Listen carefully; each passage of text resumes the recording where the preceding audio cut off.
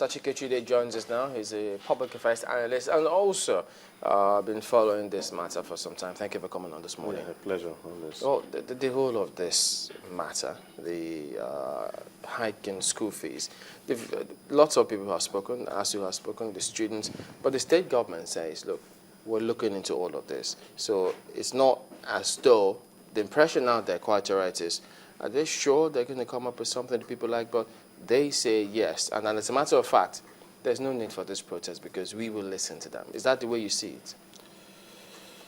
Well, I'm aware that this matter has been on for 3 years. The protest or the hike in fees? No, the hike in fees and the agitation to bring it down, to reverse it completely, has been going on for 3 years. Has there really been that agitation? Well, it has been building up, and I think that the government should be commended for helping to mobilize the LASU students against this policy, because what they are doing as a result of the misgovernance we are seeing in this country is to radicalize people who hitherto had been described as passive and docile, and so on. So indirectly, they are helping to stoke what is going on in the country. The national ASU issue lasted for about 9 months. And then you had this agitation by Nigerians everywhere. And when they realized that it was a futile effort, whatever it is that they were negligent in doing, that they had to do something about it. This has lasted for 3 good years. And then again, we must go back to the concept of a democracy. In the wake of the annulment of the June 12, 1993 election, whatever reason, of course, the military government gave a reason, but somebody said something, I think a lawyer, he said, these people do not seem to understand what it means by the will of the people. That the people can go to the Yaba Psychiatric Hospital, for instance, and pick up somebody there and say, this is what we want, this is the person we want for the president of this country. And it is not the duty of anybody to say, look, the people are wrong. It's about the people, it's about numbers ultimately at the end of the day.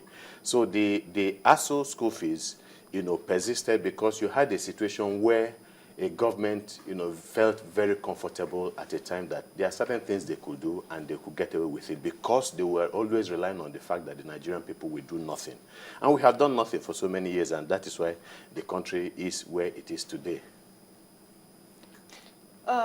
Talking about the example, I think the example you gave about the will of the people, excuse me, set me off balance a little in terms of that sort of example.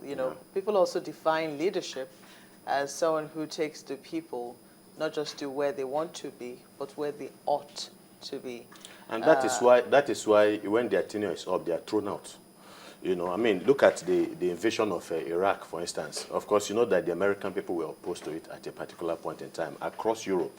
And what happened? Some of them, because they also had perhaps an imperialist agenda in Iraq. It was about the oil and not the welfare of the people.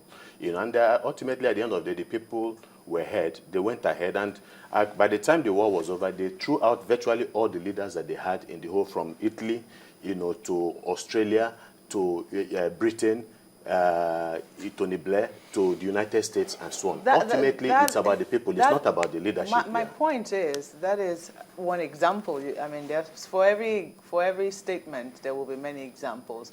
There's currently a promo going on. I don't know if you've seen it, about how it wasn't easy for Lee Kuan Yew, how it wasn't easy for Martin Luther King. These were people, who brought up certain things that were not popular in their time. If they had to go with the, I say, run of the majority. Let's take Lee Kuan Yew of Singapore, for instance. He faced grave opposition. But at the end of the day, Singapore is where it is. I'm not saying, my point is just that sometimes the people might not exactly see where it is you're trying to take them to, but it's your duty as a leader to ensure that eventually they get there. He's hailed as why respecting the people at the same time? Because if you're talking about Lee Kuan Yew, who were those who were not comfortable? They were not the people. They were the elites of his country. They were the ones that were benefiting. They were the ones that were going to lose the privileges and so on. This was an elitist thing. It wasn't about the people. But let's bring From here, we're talking about the people, not the elites. Let's bring it down. Because there are sometimes there are things that eventually people would say, it worked out eventually, even though initially it was not popular. And there have been many examples, even here in this country. So let's calm down, because I'm just trying to bring you example about the will of the people and bring in somebody who could be a mad person from a psychiatric hospital and saying this is the person we want. You know, there's also that saying about the tyranny of the majority.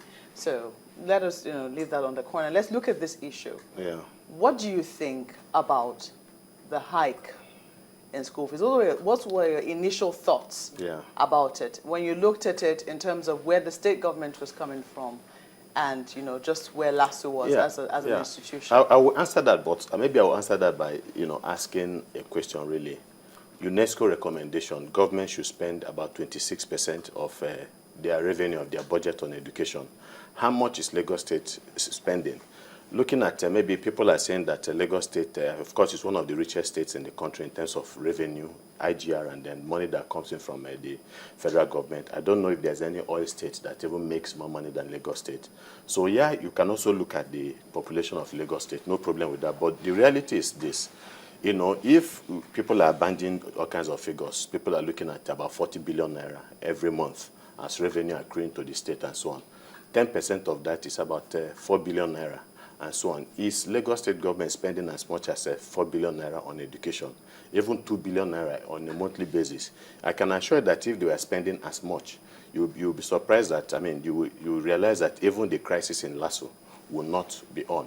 But I think what is happening is that our leadership, in as much as some of them have gotten, education in this country and outside of this country, do not seem to understand the virtue of education.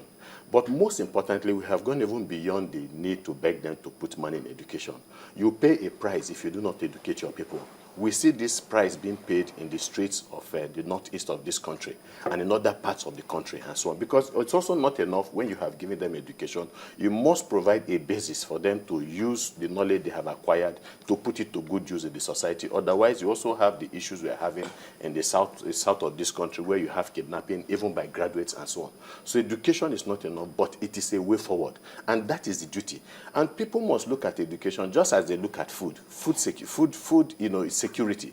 The Americans do not play with it. Of course, when you look at the neo-colonialist structures they want to put, and imperialist structures they want to put in place in Nigeria, for instance, they come up with this concept of privatization, deregulation, decentralization, and the rest. Put everything in the hands of the private sector and so on. But go and find out what is happening in the agricultural sector.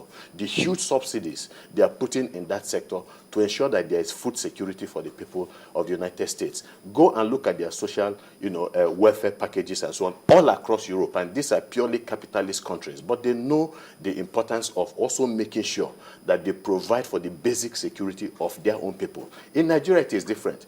Many years ago, we were talking about deforestation and the problem of, that it brings about. And people were saying, look, we need to save as far as 25, 30 years ago, people were already talking about the depletion of the ozone layer and so on. And they said part of the problem is the burning of bushes and trees and so on, even in the African continent and third world countries. And so they said, okay, let's talk to these people. You have to stop bush burning and the rest. And in doing that, they also knew that there had to be a quid pro kind of, relationship. You cannot tell the people, because the vast majority of the people are living off the burning of trees and bushes and so on. So you cannot tell them and deprive them of their livelihood. So at the level of the United Nations, they made sure that if we are going to stop you from doing this, we have to put something in place. That is what this is all about. Ultimately, at the end of the day, it is about a service that is crucial, that is important for the well-being of the state. Education is not something any government should play with. It's as simple as we have maintained it all the time. Well,